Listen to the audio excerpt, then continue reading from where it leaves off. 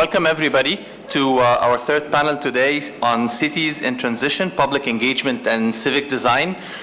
We have a very exciting and interesting panel with us. My name is Ayman Ismail. I'm the Assistant Professor of Entrepreneurship and Jamil Chair of Entrepreneurship in the School of Business at AUC, and I'm happy to be the moderator and discussant for today's panel. So we're going to have with us David Sims, Damon Rich, Gregor Stams, Tang Thompson, and Salva Gurgadan. I hope I said the names as close as possible to correct.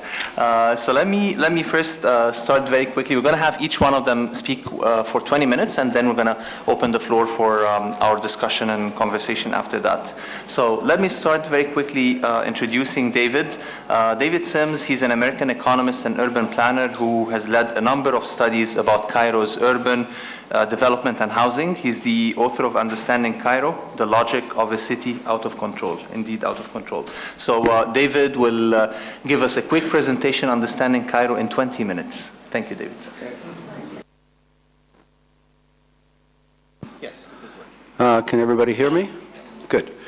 Well, as you can see, the topic is a bit difficult to do in 20 minutes, but I'll try. Cairo is a mega city, one of some 10 or 15 in the world that is over 15 million. And for those of you who don't know, these cities all have roughly similar issues in the third world, let's put it that way. I'm not talking about cities in industrialized countries. But if you want to pick one aspect in which Cairo excels, it would be informal urban development. I understand there was some talk earlier about informality, but informality is a slippery word, and people use it for all sorts of things. I'm talking about physical development, the physical development of the city, and its weight in the whole metropolis. You can see here the little black bits are informal areas, including in the peri-urban periphery. The city itself is in light gray, and darker gray, not very obvious, are the new towns. So these are the three. We have an informal city, a formal city, and the desert city. And so that's one way to look at Greater Cairo. Here's a calculation of the growth of these places up to 2006, which is the last census. And as you can see, formal Cairo has almost stagnated at about 4.5, 5 million. And informal Cairo is what's added the large majority of population added to it. And then there's peri-urban Cairo, which is the one on the top, next to the top, which is basically this 9 Marrakes in Giza and Kalyubia, which are under urbanization pressures, and almost all of development there is informal. And then finally you have Desert Cairo, which has only begun to appear demographically with any weight, even though in spatial terms it's like twice as big as the rest of Cairo, if not 3 times as big. And here are the numbers. If you notice, 2011, I made a guess of projecting on out, and then now we're in 2013, and I haven't the slightest idea. But as I get to the end of this, I think I hope you'll agree with me that the percentage of informal in Greater Cairo, which is the last one, which I'm estimating at almost 64% in 2011, is increasing very rapidly now. Where do all the people, between 96 and 2006, there was a, it's possible to sort of say, to calculate where did people go, additions to the population. And as you can see, informal areas absorbed about 43%, peri-urban Cairo, which is almost all informal, 36%, the new desert Cairo, only 15%, and formal areas 6.5%.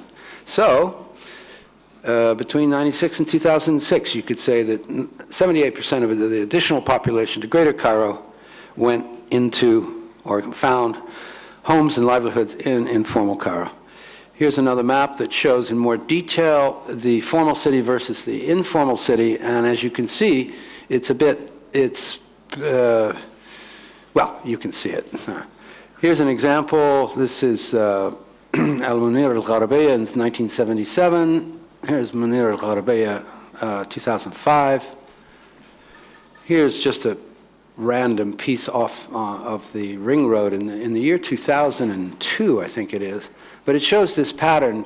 In 90% of the cases, these are conversions. Informal is a conversion of pre-existing agricultural land and subdivisions. And what happens is they follow precisely the agricultural land ownership patterns, and people sell them off bit by bit. Here's I think this is near Bashtil. This is Hadabat Fustat, sometimes called Azbat Khayrallah, which was empty in the early 80s. And so this is an example of development, informal development on state land, desert land. Other examples are Azbat al-Haggana and Manshayat Nasr, which is pretty unique. There aren't that many more. And by the way, the opportunities for informal development on state land, desert land, are pretty well closed off anywhere in Greater Cairo, mainly because even the government now realizes that their land is worth a lot of money. Most of the informal development is, you'll see, I have some more photographs, is small footprint, progressive, maybe ground +4 to ground +7. This is the other phenomenon which started around the year 2000 and was galloping along, which is where a group of investors get together and build a big tower one-off. Sometimes they even get a building permit. Don't ask me how, but I know. They were in cozy relationships with the district or the Muduriyat al-Zira. And this has created a new form of building, which has many drawbacks. I'll get to that in a minute. So if you were looking at just, some of you aren't from Cairo and might be interested to know, you're going to go on, I understand, a tour tomorrow, right? Yeah. So these are, I did a sort of a identification of the largest of these areas. You have up in the north, Margil Khusus. Khusus was recently in the news. Shub al-Khema, Mbaba and Warat together, and then Bulat Dakur, El Omraniya with some additions, Basatin Dar es Salaam and Manshayat Nasr. Each of these agglomerations have at least, Manshayat Nasr, maybe 600,000. Each of these agglomerations are between 700,000 and 900,000 people, which would make them the 3rd, 4th, 5th, 6th, 7th, 8th, 9th, and 10th largest cities in Egypt if they were so counted. And they form a sort of ring around the formal city, and they're quite well located. This is one of the things that, one of the reasons that informality works so well. Since the government decided that all development would take place out in the desert, ignored location, whereas these are quite well located for getting into town to jobs and business opportunities, but also in the area itself. They're very dense and actually quite sufficient. If you're talking about sustainable urban development, they certainly beat the new towns. Going straight to what's happened since January 2011. As you know, the traffic is much worse. No new investments. And Line 3 of the metro is proceeding, but very slowly. 3 stations and 4 kilometers have been completed out of 62 kilometers, so you don't hold your breath.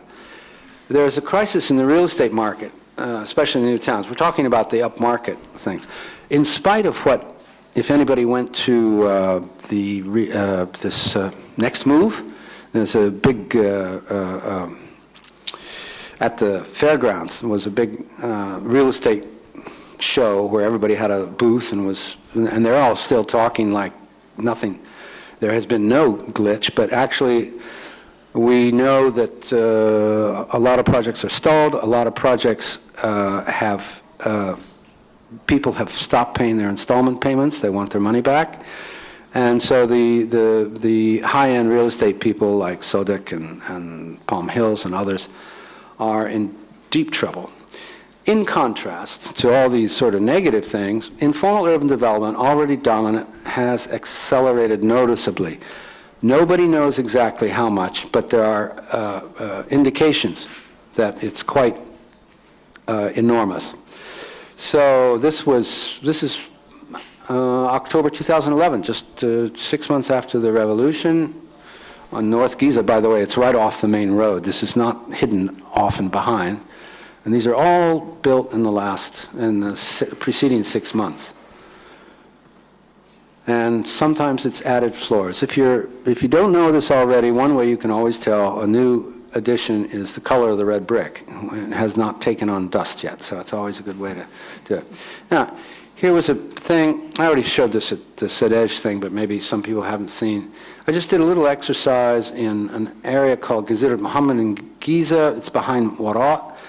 And just did the area south of the road, and this was in white are the buildings that were there in 2003, and then by February 2011, just after the revolution, you can see there had been some additions, but after the revolution, you see a lot more.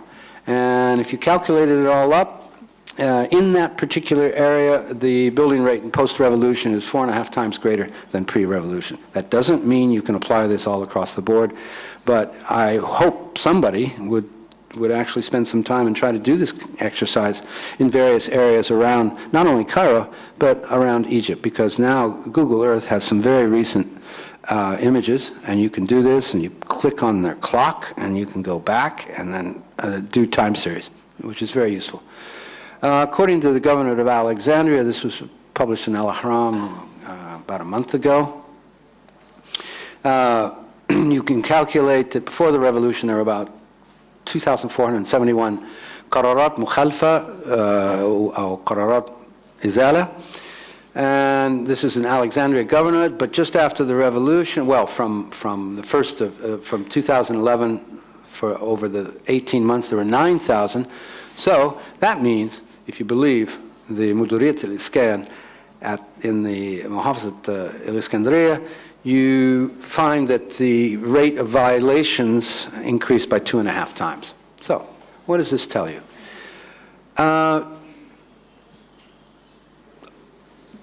I noticed that there was recently in the news, the only good news economically that Egypt has is quite a jump in the amount of remittances being sent into Egypt from abroad.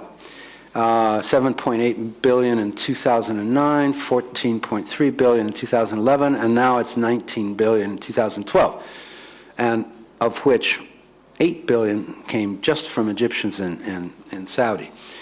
So the question is, what is this being used for? Most people say, oh, you know, in hard times, people send more money back to their relatives and their family so they can get by. That may be, but I think a lot of this is being used to build the kind of stuff we see out there. In other words, it's the only story in town right now, and nobody wants to admit it. There was a recent draft law, Mashru' Qanun, that would make anybody building on agricultural land without a permit, not only would he have the fine and jail sentences, but they would confiscate his land.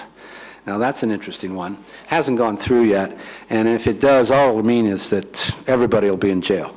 So the conclusion is that this is, for better or worse, and I'm the first to say that informal areas have many drawbacks, largely because of the chaotic way people try to maximize their space, i.e. there's very narrow roads and no light and air is a problem.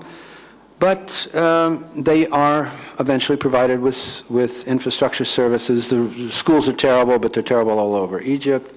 In other words, this is the future of Cairo in terms of people and also employment, I might point out. I didn't add that one. Just keep it in mind when you're driving around and when you see things that this is where probably today 85%, if not more, of the increase of the population of Greater Cairo are in these areas. That's it. Thanks very much.